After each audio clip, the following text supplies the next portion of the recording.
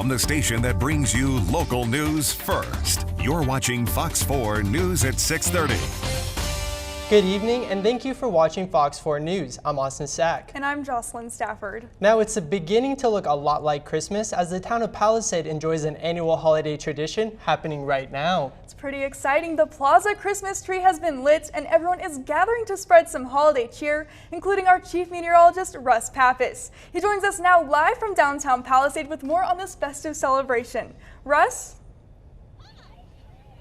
Once again, standing here live in downtown Palisade, I'm here with Casey Doherty. Thanks, Russ. Now, a federal judge is questioning whether they have jurisdiction to hear a lawsuit against Denver-based Dominion voting systems. According to Colorado Politics, a class action lawsuit accuses the election technology company of organized crime and intimidating its critics. On Monday, U.S. District Court Chief Judge Philip Brimmer issued an order for the plaintiffs to explain why he should not dismiss the case for lack of jurisdiction. Now, meanwhile, on the western slope, the biggest hand count in Colorado history just demonstrated the accuracy of Dominion systems. Designated election officials and teams of judges completed the 2021 coordinated election hand count results 2 weeks ahead of schedule. Now that the hand count is complete, staff is preparing to present final results to the public. Designated election officials Wayne Williams and Sheila Rayner said they are thrilled with both the speed and accuracy of the hand count results. The largest variation between the hand count process and the Dominion voting system was less than 0.1%. Election staff believe this demonstrates the accuracy of Mesa County's Dominion paper ballot system. If anything, they say with a hand count, there are some risks. Along with a hand count, you could also introduce human error. Part of the variance is probably also either someone, mismarked as they were tallying, or when we hand entered all of these results into a spreadsheet, we could have made a keying error as well. So yes, it verified that the machine results were accurate, and there are some variances when you do a hand count, but we also introduced some risk into it as well. Risk again is human error. Election staff say the next step is the hand count ballot audit review and the clear ballot audit. All images will be posted on the internet so that all of the auditing done for the 2021 coordinated election will be shown side by side. And the Mesa County Coroner's Office is confirming 2 deaths in the Redlands area to be the result of a homicide-suicide. On Wednesday at about 10 a.m., the Sheriff's Office received a report of a possible weapons offense at a home in the 100 block of Mesa Vista Road. Now, a witness reported a member of the household shot at them and received a minor injury, but they were able to leave the home safely and called 911. Mesa Vista and South Broadway Drive were closed, and residents in the immediate area were put into shelter in place. According to the coroner, a 44-year-old man died from multiple gunshot wounds, while a 24-year-old man died from a gunshot wound to the head. Due to the sensitive nature of the situation, the family has requested that we do not report the names of the deceased. For people facing a crisis or for those looking to help someone else, the National Suicide Prevention Lifeline is 1-800-273-8255. Also available is the Crisis Text Line, a texting service for emotional crisis support. You can text HELLO to 741-741. It's free, confidential, and available 24/7. Now, Jocelyn, with less than 20 days to go before the start of winter, ski resorts across the state are gearing up for ski season, including right here on the western slope. That's right, Powderhorn Mountain Resort will open its slopes tomorrow, and Fox 4's Chance Stickland spoke with the resort official to see what community members can expect before getting on the lifts.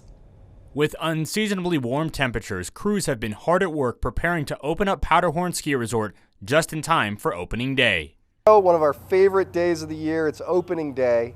The early season temps and lack of snowfall have been challenging, but the mountain crews have worked really hard to get one run, Bill's Run to Lower Peacemaker open and ready to go for public tomorrow. Warmer temperatures means crews will only open about 20 acres tomorrow. To make snow in the midst of the drought, the resort will rely heavily on a new gravity-fed snowmaking system that will allow them to open more acreage. In regular preparations for any season, we use man-made snow. We use fan guns and water piped in from the top of the Grand Mesa. Ideally, we like that mixed with natural snowfall. But this year we've had unseasonably warm and dry weather, so we're relying entirely 100% on man-made snow this season, or at least for opening day. Even with the new system, though, warming temperatures will only allow them to open one run for now. Ski season is officially here. The lifts at Powderhorn will open on Saturday at 9 a.m. and will run until 4 p.m. 7 days a week. Powderhorn also says a record number of season passes have already been sold. You know, it's a great part of the Western Colorado culture, getting together with your family and your friends, getting that ski gear out and getting back on the mountain, and it's our absolute favorite time of year. Reporting for Fox 4 News, I'm Chance Sticklin. Thanks, Chance. Now, Scenic Elementary School went into shelter in place this afternoon, and law enforcement advised the action after someone reported seeing a mountain lion near the school. The person who called in the sighting around noon said he saw the mountain lion less than a mile away from school grounds. Scenic Elementary's shelter in place started immediately, and later students were given early release around 2 p.m. While the mountain lion sighting remains unconfirmed, Colorado Parks and Wildlife tells us a sighting at this time of year would not be unusual. In the fall, when the deer move down, the mountain lions will follow their prey down, and so they can come into and through town. It's not uncommon for them to be in town. To be a confirmed sighting, I need to see tracks or picture or something that I can base on that we can be more proactive. At this time, I wasn't able to find tracks or anything, any evidence to show that there was a mountain lion in the area. Ivan Archer says mountain lions travel a wide territory and tend not to linger around one area longer than a day or two. Colorado Parks and Wildlife suggests you try to make yourself bigger and intimidating if you ever encounter wildlife. And with the Omicron variant now being recorded in the United States, President Biden addressed the nation.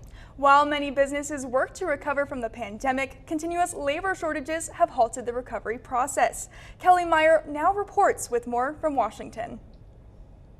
President Biden touting a continued recovery from the coronavirus pandemic. Even after accounting for rising prices, the typical American family has more money in their pockets than they did last year.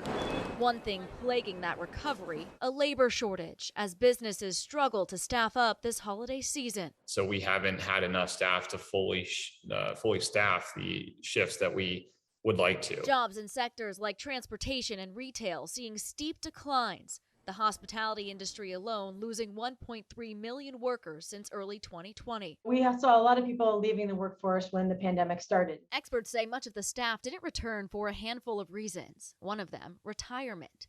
The baby boomer generation was the largest group to leave the workforce. There's not enough Gen Xers to fill the baby boomers positions. There's just not enough. It's just not a very populous generation. Many have quit in search for better pay and benefits in the same field. Others have changed careers completely. Ben Baker decided to trade in his retail job to become an app developer. I was probably working, 60, 65 hours a week. For others, the pandemic has brought tough questions about what they want out of life. If you need a quality of life change, you might as well see what you can do and live and don't be stressed out by anything. Thanks, Kelly. And still to come on Fox 4 News at 6:30, local groups have come together to make the holidays a little easier for struggling families. Plus, your full forecast is just minutes away. We'll be right back. Welcome back. Now, December is a month filled with cheer, family, and friends. While the holidays are full of excitement, it takes times like these that we must remember those in need. Definitely. Today, I spoke with two local groups who have come together to make the holidays a little easier for struggling families. Especially around Christmas time, people want to share that joy and that love with other people. In the spirit of giving this holiday season, the Redlands Rotary Club and Salvation Army have come together to provide for a community in need. Events like this during the holidays are crucial, but this is not the first time that the Rotary Club and the Salvation Army have come together. So this partnership has been going for over 20 years, and the Redlands Rotary comes every year and they build up all the boxes for us. You can see that there's a lot of work that we do with this, and so it's a really big opportunity for us to have some help with that. We're here to help folks that otherwise are struggling, and we just feel it's a great way to give back to the community. Now you might be asking, what are these boxes for? This is just the first step of a bigger project. Once the boxes are built, Salvation Army workers will fill them with food and toys before delivering them to local households. This year, nearly 1,000 families are already signed up for Salvation Army's Christmas Assistance Program, and the organization is always thankful for help on this project. Having volunteer groups like this come in and help us with that task is super important because it's so much work to be done, but we're so thankful for partnerships like this in the community. And when we return, we'll take a look at weather with meteorologist Chris Knoll. Welcome back. Now, if you tuned into our show at the beginning, you saw us check in with our chief meteorologist, Russ Pappas, for the kickoff of Palisades Old-Fashioned Christmas. But what you might not know is sitting next to me here, Jocelyn Stafford was actually a Santa helper a few years back. Isn't that correct? Yeah, I actually went to Palisade and I helped with student council. We had the Santa's workshop for Old-Fashioned Christmas. It's pretty exciting. I'm actually going out there tomorrow to get some more video for our viewers. It's going to be happening all day tomorrow, so our viewers should definitely check it out to get in the Christmas spirit. Awesome. Thank you for watching this evening. For the latest news, weather, and sports, log on to our web channel, westernslopenow.com. We'll see you back here tonight at 9 o'clock.